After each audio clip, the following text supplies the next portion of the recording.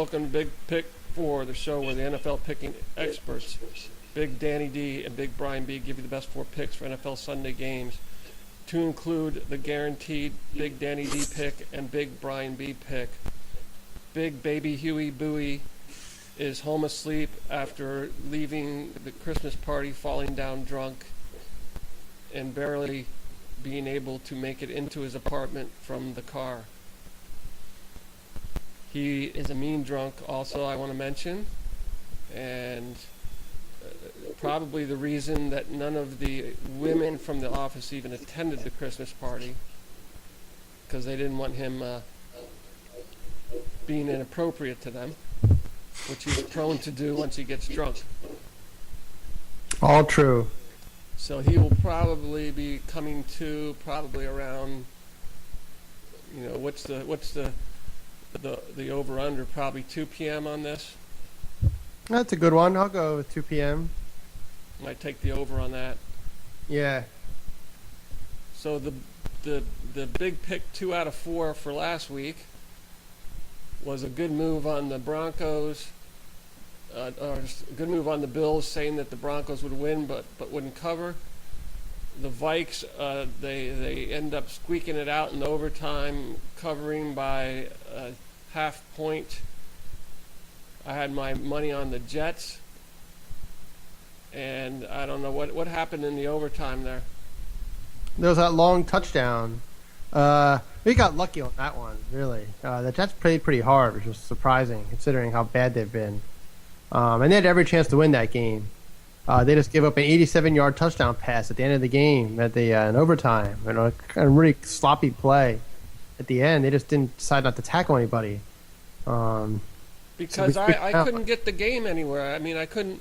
My local stations didn't cover it. I don't have the package. I was wanting to I was hoping someone would tune over to it in the overtime, but they didn't. Yeah, well, good thing I have Red Zone. I got to watch that and saw what happened. So it was just a crazy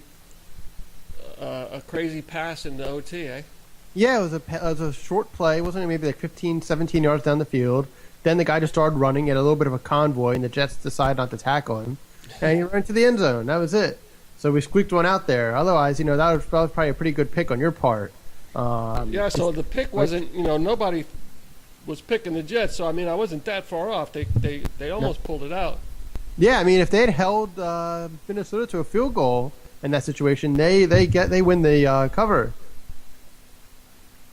Wow. So the other 2 picks were big losers, which was the Colts. What was it? The Colts won but didn't cover, right? Yeah. Yeah, they only won by 1. Yeah, they won by a point, and then the Dolphins lost outright to the Ravens.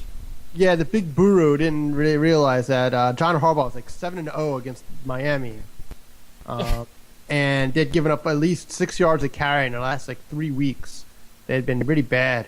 But I guess what happens when you pull the picks out of your ass. Yeah, when you go the old gut pick, that's what happened.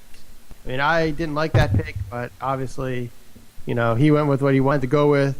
It's his big B. He can do whatever he wants. But I wasn't surprised, and that one lost.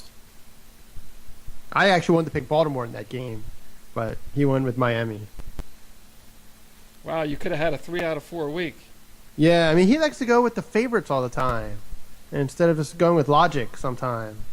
We have to play our Brian Pick of the Week sound effect.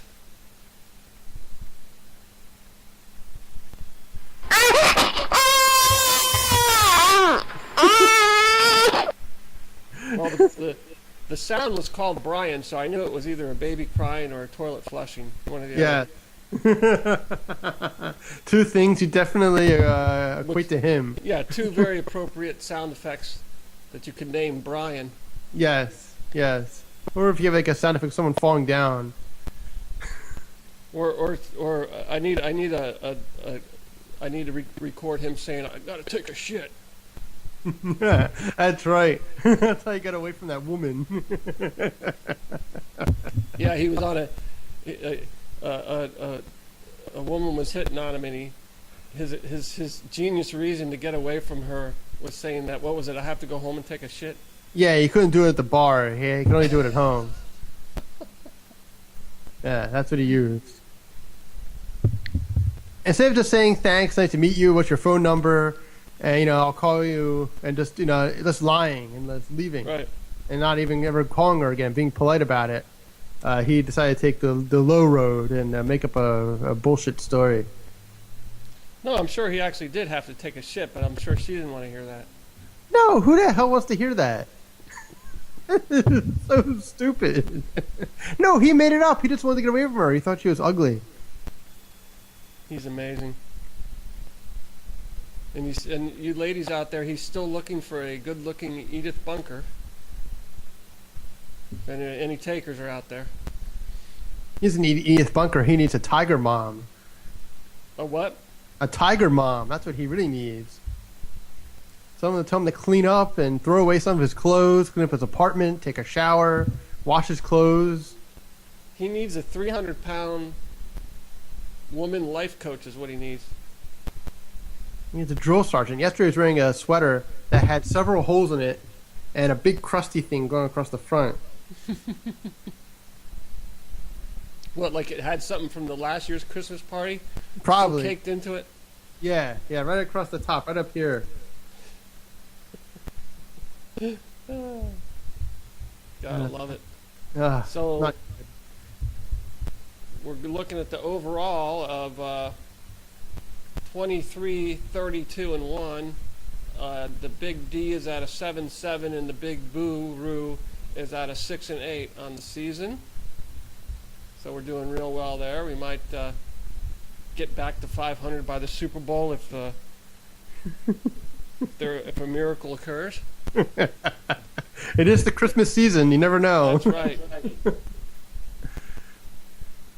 So let's have combined pick number 1, week 15, right? Yeah. The first combined pick is Green Bay at Buffalo. Green Bay is favored by 4 points on the road. We're going with Green Bay. I think it's a short cover. I think they can cover. It's still a one-score game, but I believe Green Bay can beat Buffalo by a touchdown. Buffalo does have a good defense, but Aaron Rodgers has been playing out of his mind the last 6 to 7 weeks. He's been incredible. And I don't think Buffalo's going to stop him. Buffalo can't score very well. They like to play a very conservative game, and they're not going to be able to do that against Green Bay. Green Bay is still going to put up 25-plus points in this game, 28, 31, something like that, because they're just not going to stop him. Aaron Rodgers is a magician back there, and he's been great, and I don't see that stopping this week. Now, I don't think he's going to have a huge day, but he'll do enough, and they've been running the football well, and their defense has played better, despite last week's score. But you have to remember, last week against Atlanta, they're playing against Matt Ryan, not playing against Cowboy Kyle Orton this week and his band of merry men. That team's only 7-6, and the weather shouldn't be a factor because they're from Green Bay. It's not like it's they come from somewhere else here to play in Buffalo. So because of that, I really believe that Green Bay will cover the 4-point spread and should win this game without issue.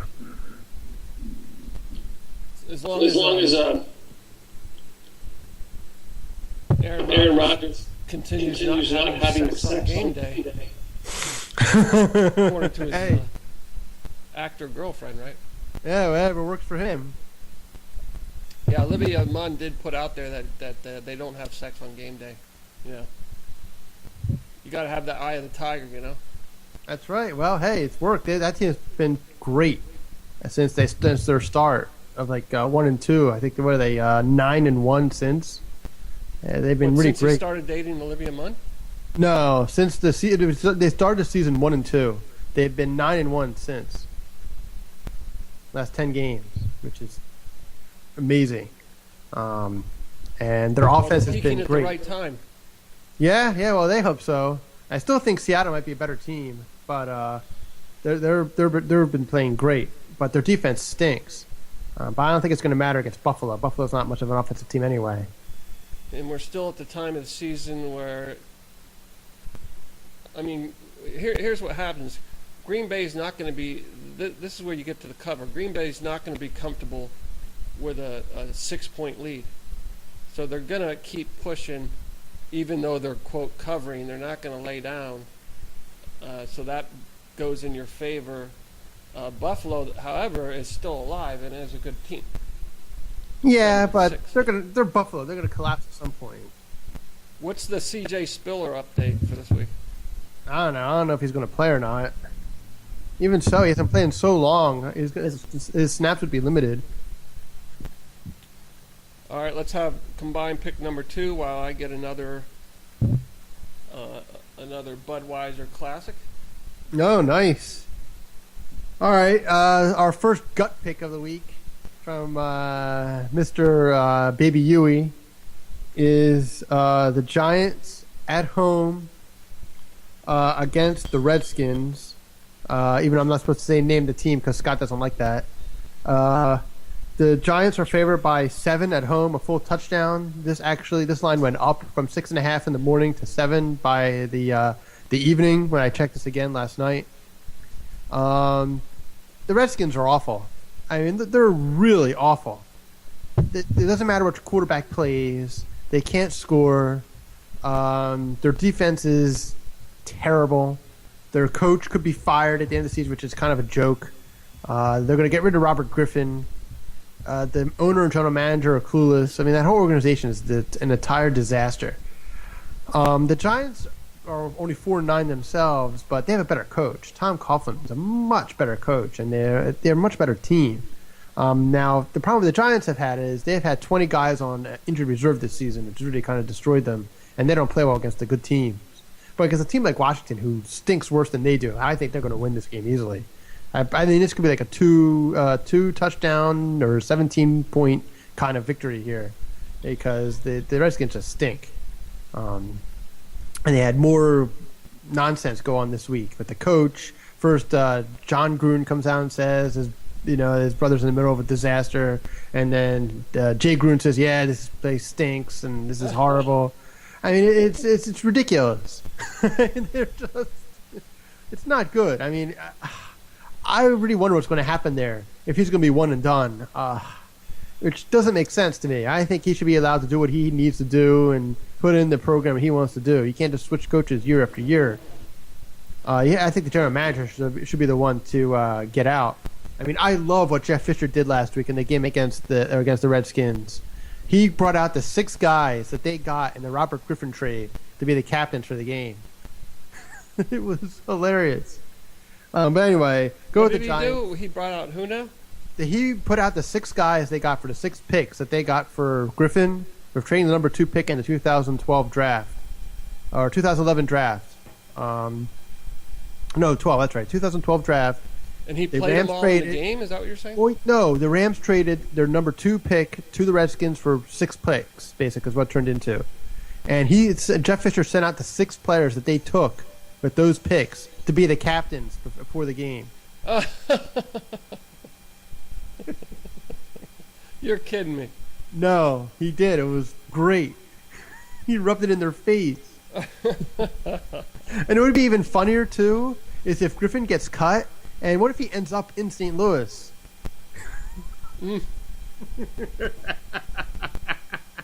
Oh, man, that'd be great. I mean, what do you think St. Louis is going to pick up Griffin? If he gets I'm cut? just saying. I mean, they need a quarterback. Sam Bradford's been awful and injured for years. So I think they need to move on from him. Hey, why not? It could happen. I think it'd be hilarious, especially if they move to Los Angeles to add some star power to the team. Why not? Obviously, that's a great pick for Week 15 to pick against the Redskins. 7 cover, though. So we'll see on that with the Giants coming off a loss. Is that it? No, they blew out Tennessee. They won like 33-10 or something, 36-10 against Tennessee. Oh, okay. So They broke a 7-game losing streak last week by beating that's Tennessee. what it was. I broke a big losing streak. Yeah. Yeah. The last time they won, actually, before that was against the Redskins. Then they lost 7 straight. Wow. So we've got a division game. Obviously, the Giants and the Redskins are both eliminated as of now. So not sure personnel-wise what you're playing for. You may be, trying some different some different personnel for looking at the next season, I guess. Yeah, well, guys are playing for jobs. I mean, a lot of guys could get cut. When you're a bad team, you get rid of people, unless you're the Raiders, who just re-signs everybody. But no, usually you get rid of people. You say, listen, this isn't working. We have to change things up. Coaching staffs could change. You want to try to be good on film for the next coaching staff. You might say, okay, we want to keep this guy, cut that guy. So they have a lot to play for.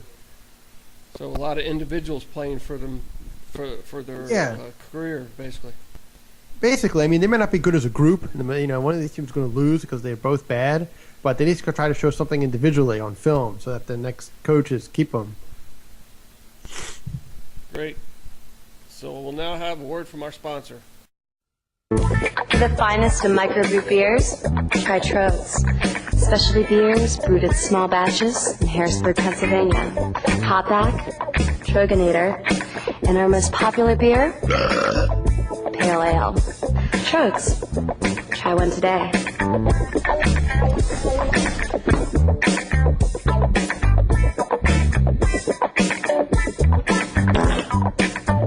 What?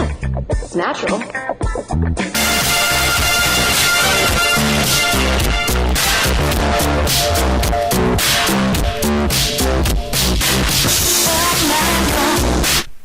Are you for real, Danny D?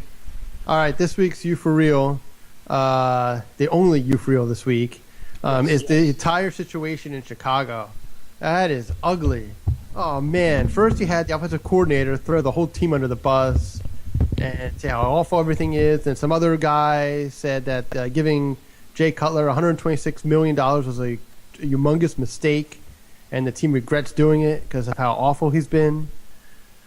Then it came out that he made that Aaron Kramer, offensive coordinator, made some comments, and then he had to apologize to the team on Monday. And then the apology came out. Then Brandon Marshall was upset that the apology came out. They think it should have stayed in house, and who's leaking all this?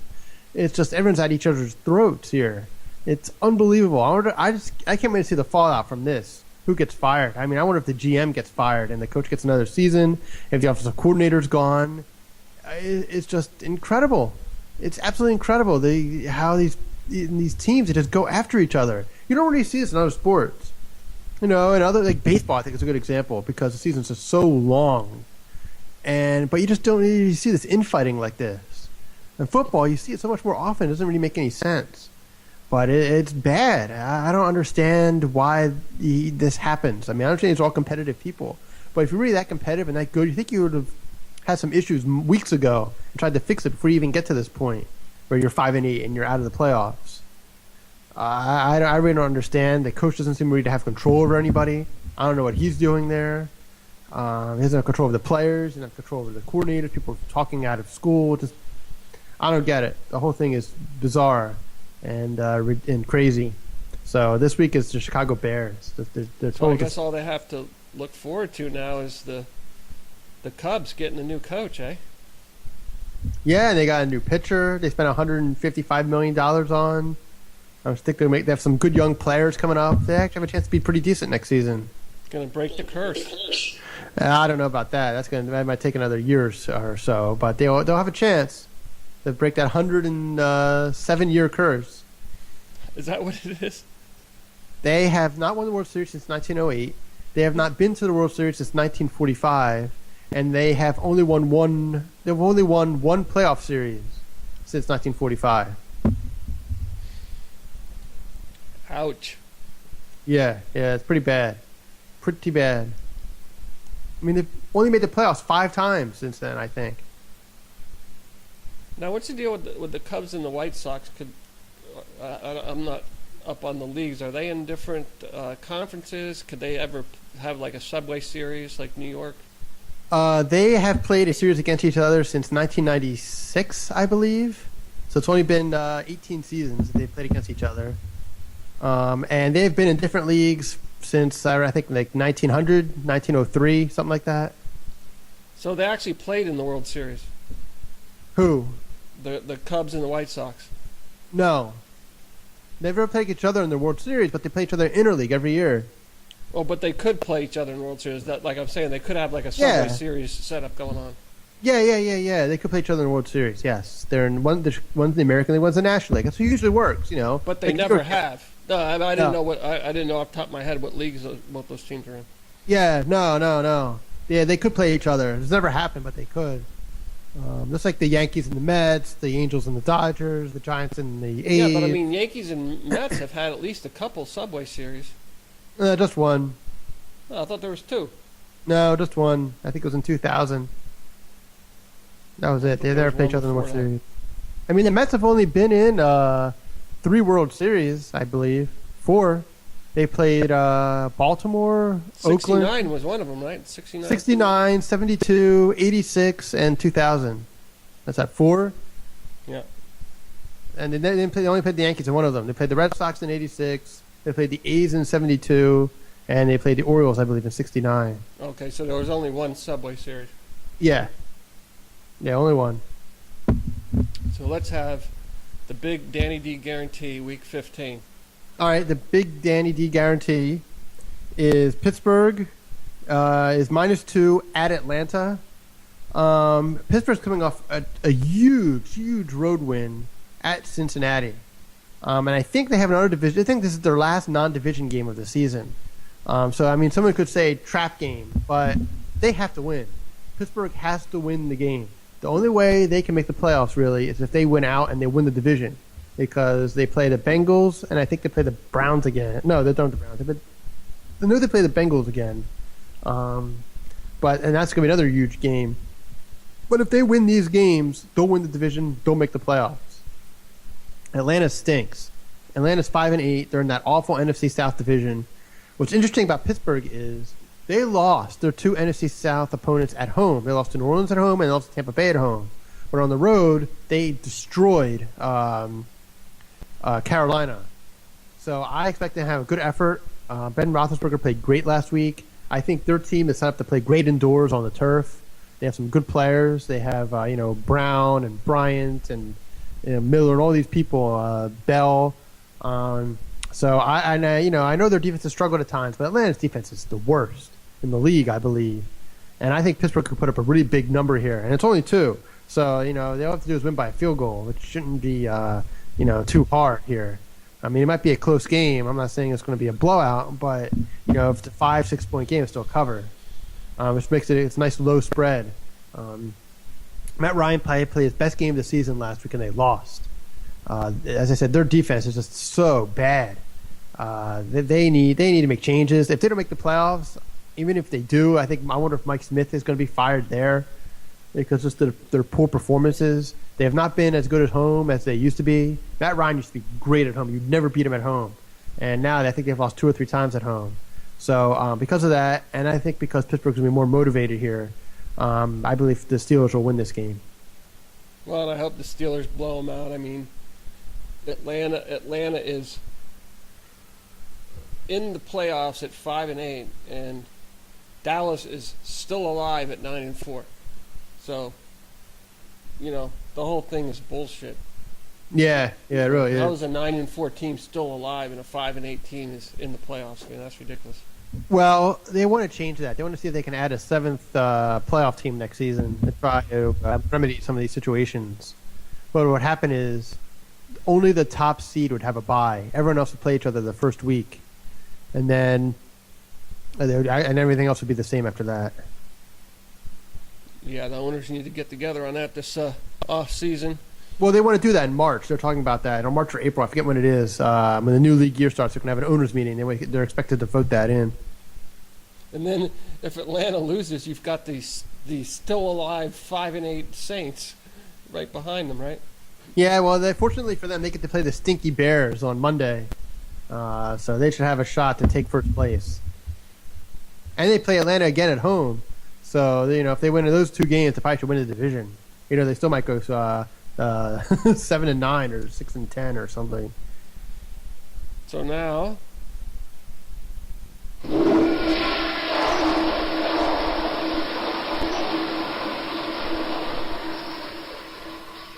can you hear that? Yep, hear that toilet flushing. That's a long flush, isn't it? Yeah, well, when you haven't had as many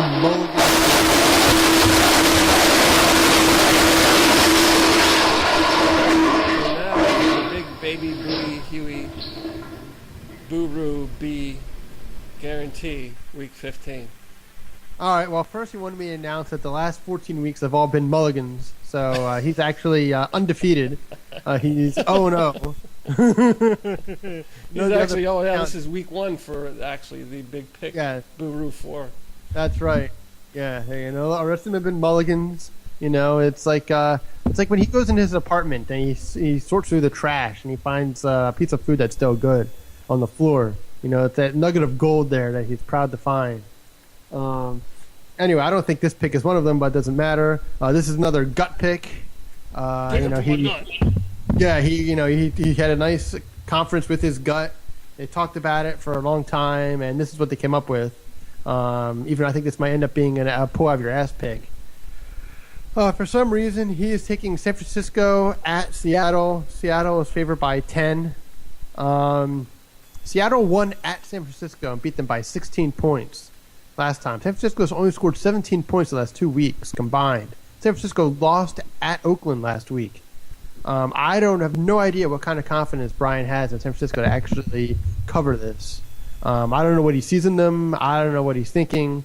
The turmoil in San Francisco is incredible. I mean, Harbaugh, he looks like he's going to be out. They're not going to make the playoffs. Kaepernick has been terrible this season. He's one of the he's in the bottom quarter of quarterbacks. You know, he's like ranked number 25th or 26th of all qualifying quarterbacks in passer rating. Their offense is taking a big step back. Their defense isn't the same. They're missing a lot of guys. Is Crabtree playing? Yeah, if you want to call it that. He's there, but he's not doing a whole lot. Nobody's doing anything. Vernon Davis had the worst season of his career for some reason. I don't know what's going on.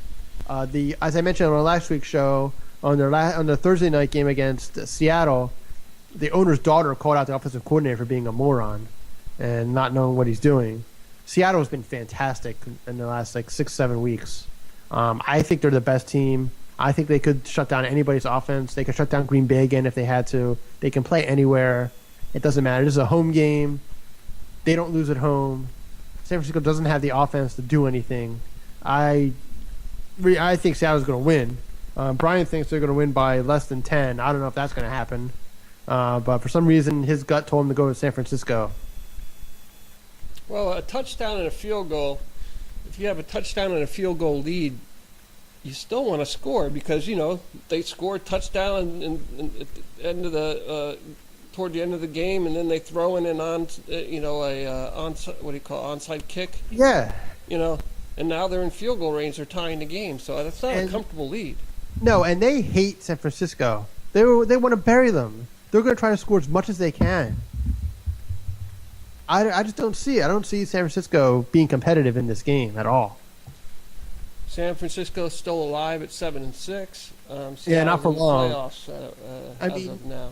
When you think about this, Arizona on Thursday won their 11th game of the season, and whoever wins the Dallas-Philadelphia game, as long as there is an outcome, it doesn't really matter which one. As long as it's not a tie, because they beat both teams, they'll clinch a playoff spot. So they're in. And then you have a team from the South is going to make it. The Eagles or the Cowboys are going to make it from the East. You know, and then Green Bay is going to make it. So but Seattle's still a wild card team. It's not like I understand that. Comfortable place. But if they beat San Francisco, they're going to play Arizona again, and they should beat them. And if that means they'll have beaten Arizona twice, and they'll have the tiebreaker, and they'll clinch the division over Arizona. So Seattle's still going for a division championship here. Seattle could still get the number 1 seed because they beat Green Bay also, and they beat the Eagles.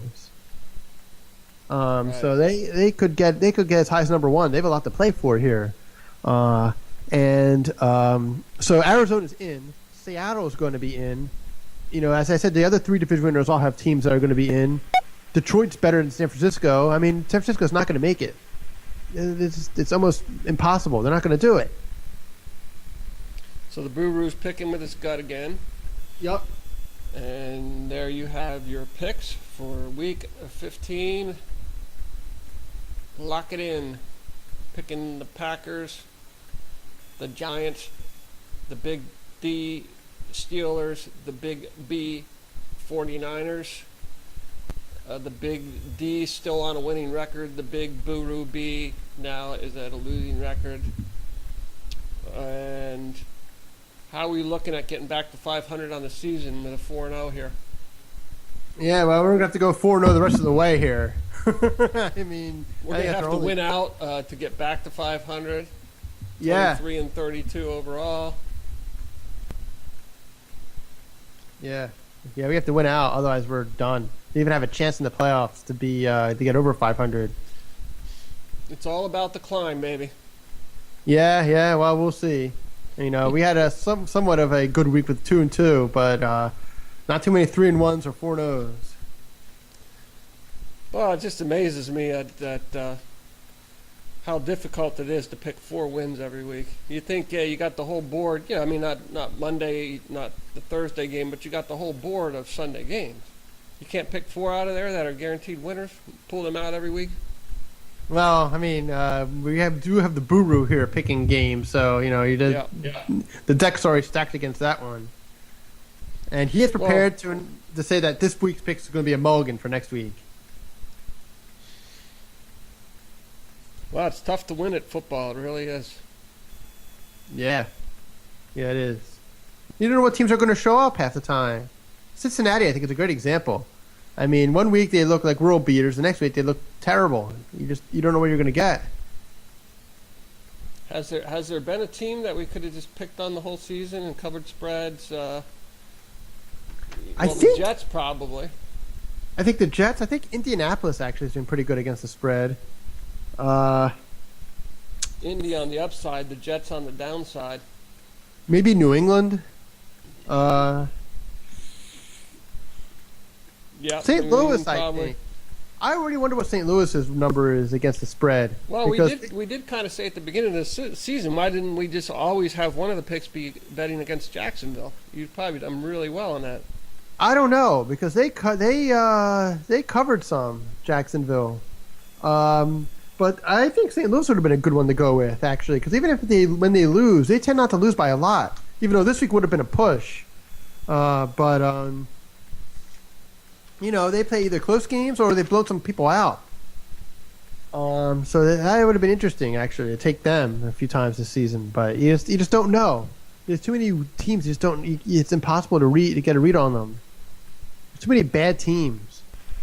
As always. Score, big pick 4.